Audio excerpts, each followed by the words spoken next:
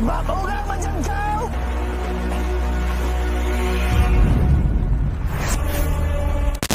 Okay, let's go.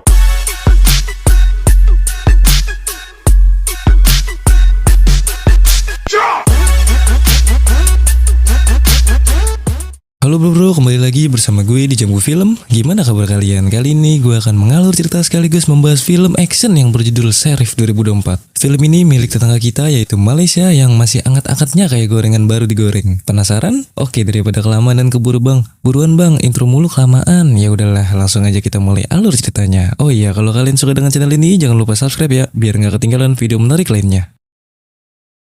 Film ini dimulai dengan menampilkan seorang hakim agung yang baru saja membebaskan seorang bos narkoba yang kita sebut saja Tony. Meskipun Tony sering melakukan kejahatan besar, ia tak pernah sekalipun masuk penjara. Macam di negara Wakanda ya. Cerita kemudian berpindah ke sebuah gedung kosong di mana terlihat seorang oknum polisi bernama Pak Malik yang baru saja menerima suap dari Tony. Saat Pak Malik sedang berbicara dengan Tony melalui telepon, tiba-tiba datang seorang pria misterius bernama Nas yang ternyata adalah rekan Pak Malik dari kepolisian. Nas dengan kecewa mengungkapkan bahwa Pak Malik seharusnya merasa malu dengan tindakannya. Bagaimana mungkin seorang polisi yang seharusnya melindungi masyarakat justru terlibat dalam suap dari pelaku kejahatan yang merugikan masyarakat dan negaranya. Aduh, Malik. Nas yang marah kemudian menyiksa Pak Malik dengan cukup brutal karena menurutnya tikus berdasi seperti Pak Malik layak dihukum mati. Kau dah gila, Nas. Orang macam kau tak layak jadi Bukan, kau akan digantung. Kau dengar dulu. Sebab orang macam kau.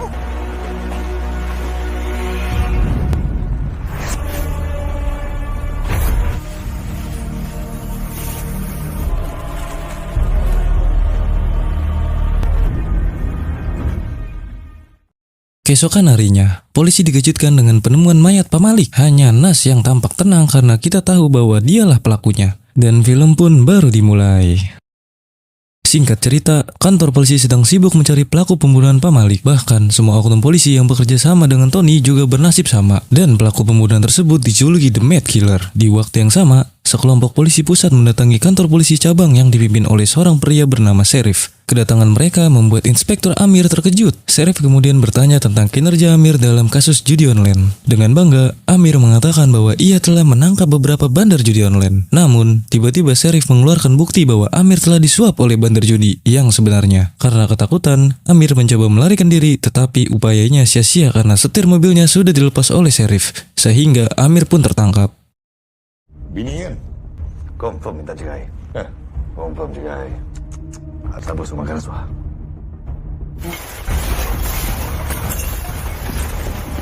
Kau nak lagi mana? Letakkan kata.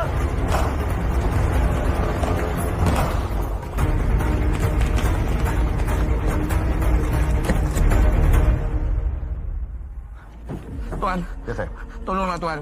Saya dah bertaubat. Kita kemudian diperlihatkan bos narkoba terbesar di Malaysia yang sedang menyiksa anak buahnya karena telah menyebabkan kerugian bisnis. Dengan penuh emosi, Tony memerintahkan tangan kanannya untuk mencari tahu siapa The Mad Killer itu.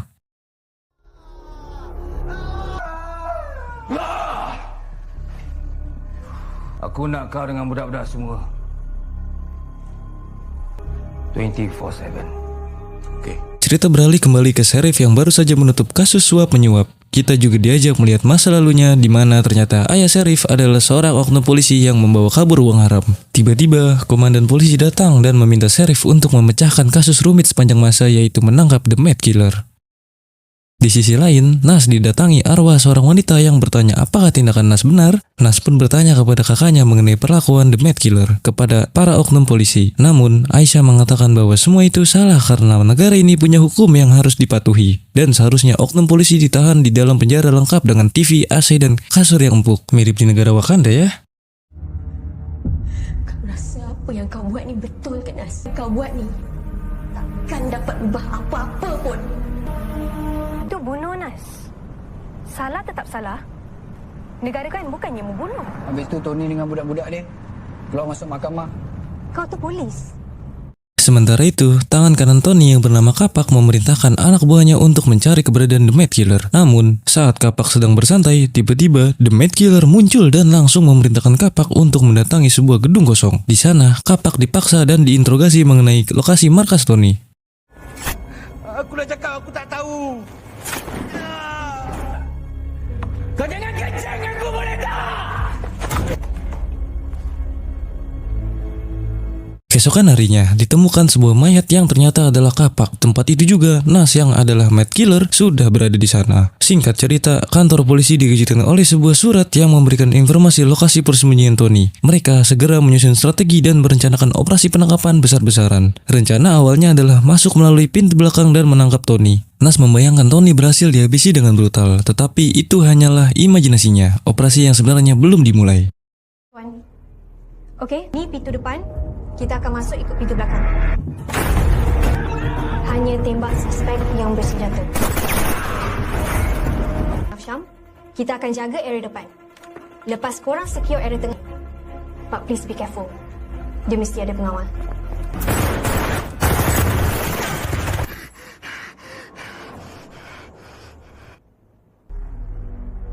Kita tunggu apa lagi?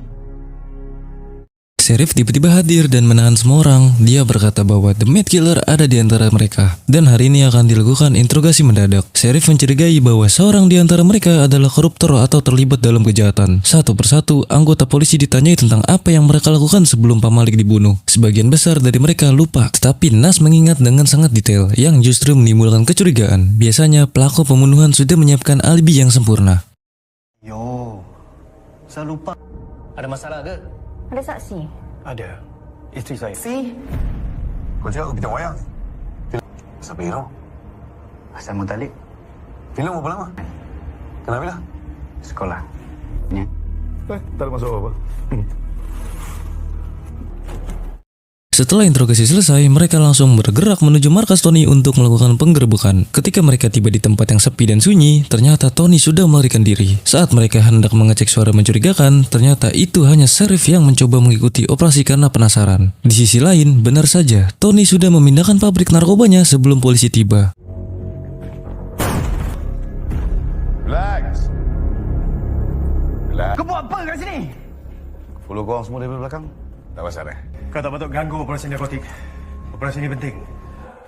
Meski sial ni dah banyak buat taik dengan bisnes aku. Kalau sekarang! Kau pun satu. Ha? Tak sempat, bos. Sumpah tak sempat. Kau cari mesin tu malam ni juga. Kau make sure. Kekesalan terhadap Sheriff semakin memuncak. Bahkan sampai keesokan harinya, mereka mengetahui bahwa ayah Sheriff adalah seorang oknum polisi dan mulai mencurigai bahwa Sheriff menggunakan narkoba. Mereka memutuskan untuk mengintip Sheriff dan benar saja mereka mendapati Sheriff sedang menggunakan obat-obatan di kamar mandi.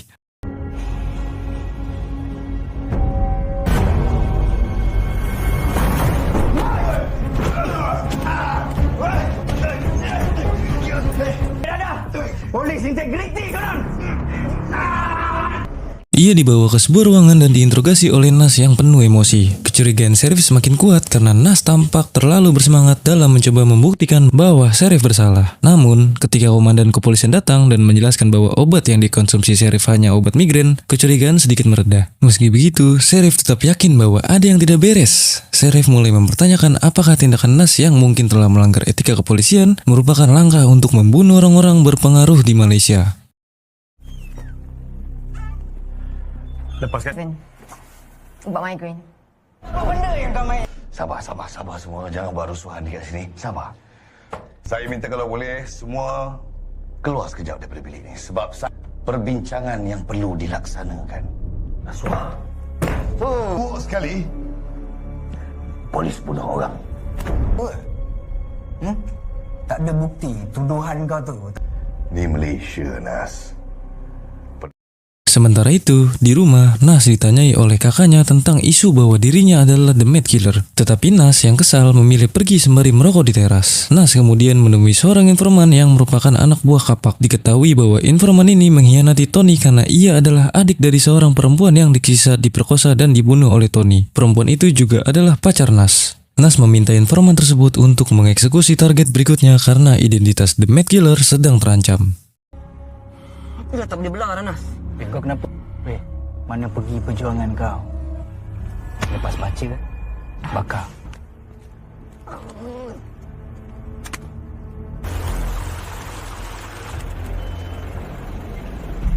Keesokan harinya, Nas diinterogasi kembali oleh Sheriff, yang kali ini memutar video rekaman pacar Nas yang disiksa hingga tewas oleh Tony. Nas berusaha tetap tenang meskipun sangat terpukul. Aisyah tiba-tiba datang dan menghentikan interogasi tersebut. Tak lama kemudian, polisi dikejutkan dengan penemuan mayat baru yang diyakini dilakukan oleh The Mad Killer, yang sekaligus mematahkan tuduhan terhadap Nas. Namun, seorang polisi mengabarkan bahwa mereka telah melacak The Mad Killer.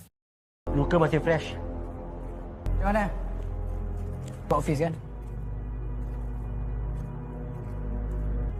Ada cebisan daging dekat kuku mangsa, tuan.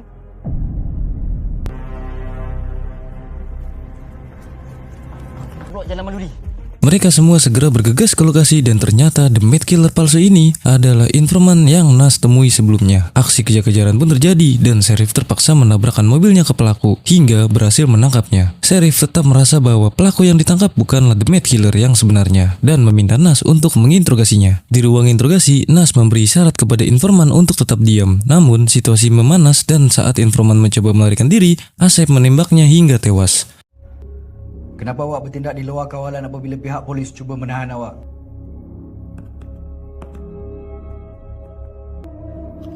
Adakah awak pembunuh bersiri yang dikenali sebagai...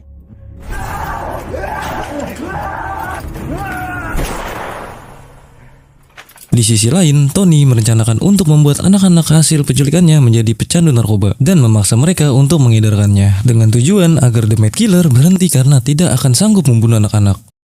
Sementara itu, Sheriff mengungkapkan bahwa ada 2 polisi di antara mereka yang menjadi kaki tangan Tony. Dia juga menyampaikan pesan bahwa dirinya bersedia bekerja sama untuk menangkap The Mad Killer. Ternyata, polisi yang bekerja sama dengan Tony adalah Inspektur Jen yang memimpin penangkapan The Mad Killer. Jen menjelaskan bahwa Sheriff ingin bekerja sama dengan Tony demi mengungkap dalang sebenarnya di balik The Mad Killer.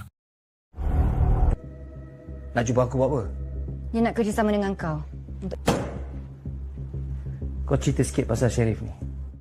Nas kemudian mendatangi tempat terakhir di mana informan membunuh oknum polisi. Nas membakar tempat itu sebagai tanda bahwa ia tidak akan melakukan pembunuhan lagi dan untuk menghapus semua jejak kriminalnya. Ketika Nas pulang, dia mendapati Sheriff sudah menunggunya. Sheriff meminta Nas untuk mengaku bahwa dia adalah The Mad Killer karena sebenarnya Aisyah menyimpan bukti rekaman yang menunjukkan bahwa Pak Malik adalah polisi yang menyamar sebagai anak buah Tony. Namun, The Mad Killer malah membunuh intel polisi tersebut. Ada bukti kuat yang menguatkan motif pembunuhan dan Nas pun akhirnya dihadapkan pada kenyataan ini. Sheriff yang hendak pulang tiba-tiba ditabrak oleh sebuah truk dan dibawa oleh sekelompok orang yang ternyata bekerja untuk Tony. Marah karena mobilnya hancur, Sheriff pun mengamuk bahkan menolak tawaran uang besar untuk menangkap The Mad Killer karena ia tidak ingin menerima suap dan bertekad menangkap The Mad Killer tanpa bayaran. Sheriff. Welcome. Tony Fred.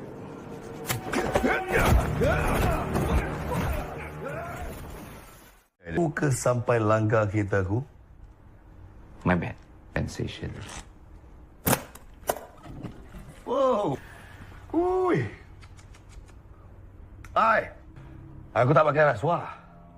Di waktu yang sama, Nas didatangi oleh Jen yang sudah mengetahui bahwa Nas adalah The Mad Killer. Namun, Jen tidak berniat membocorkannya karena dia ingin bekerja sama dengan Nas untuk membunuh Tony. Keesokan harinya, kantor polisi dibuat kebingungan atas kehilangan Jen dan Nas. Ternyata, mereka berdua sedang merencanakan skenario di mana mereka berpura-pura menyandra Nas dan Jen. Dalam skenario ini, Jen memberikan informasi mengenai siapa The Mad Killer sebenarnya kepada Tony. Sheriff.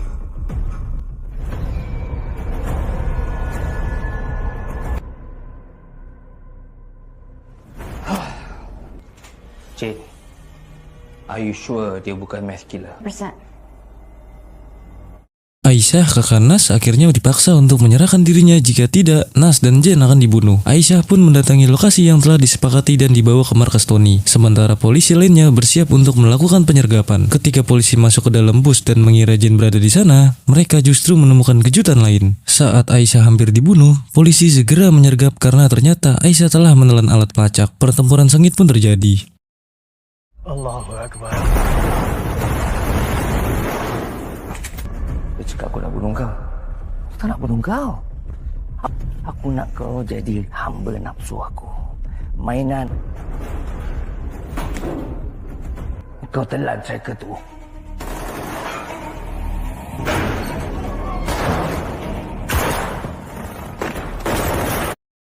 Ini adalah saat yang ditunggu-tunggu The Mad Killer berhadapan langsung dengan Tony. Dengan penuh dendam dan amarah, Nas membunuh Tony secara brutal. Rasa dah sedap sial.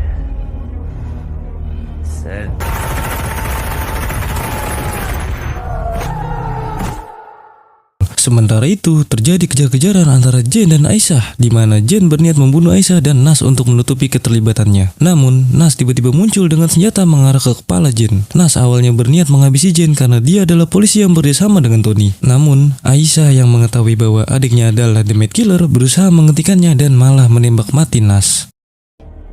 Dia dengan Tony dah lama kenal, Syah. Dia sendiri mengaku yang dia ni tikus. Syarif, diamlah berjalan. Syah, kau kena percaya aku, Syah. Mana aku nak percaya kau kalau selama ni kau dah tipu aku? Letak pistol kau. Undang-undang apa, Syah? Kita selama ni.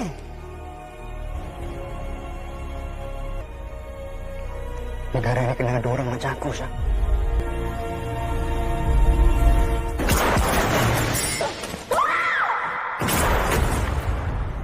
Ketika Aisyah hendak menangkap Jane, Jane berhasil menembaknya hingga Aisyah terjatuh.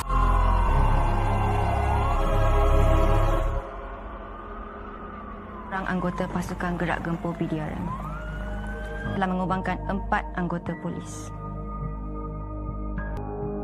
Kasus rumit ini pun akhirnya terpecahkan. Jane dipromosikan karena berhasil memecahkan 2 kasus besar sekaligus. Namun, salah satu rekannya memberitahu bahwa Aisyah tidak mati, melainkan dirawat di rumah sakit. Jane kemudian mendatangi ruang tempat Aisyah dirawat dan berencana meracuninya. Tetapi, tiba-tiba, Sheriff masuk dan menunjukkan bukti kuat bahwa Aisyah bekerja sama dengan Tony. Ternyata, Aisyah juga baik-baik saja karena peluru hanya menembus rompinya tanpa melukai organ vital. Karena tidak ada harapan lagi, Aisyah akhirnya memutuskan untuk mengakhiri hidupnya sendiri.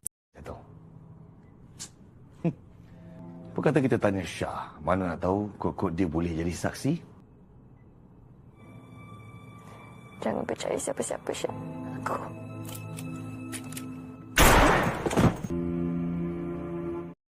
Film pun ditutup dengan penangkapan Hakim Agung atas dugaan suap, dan film berakhir dengan cara yang cukup tak terduga. Gimana, cukup seru bukan? Mungkin cukup segini saja alur cerita Sheriff tahun 2004. Jangan lupa like, share, dan subscribe supaya kalian tidak ketinggalan video menarik lainnya. Terima kasih sudah menonton dan sampai jumpa di video berikutnya. Bye-bye.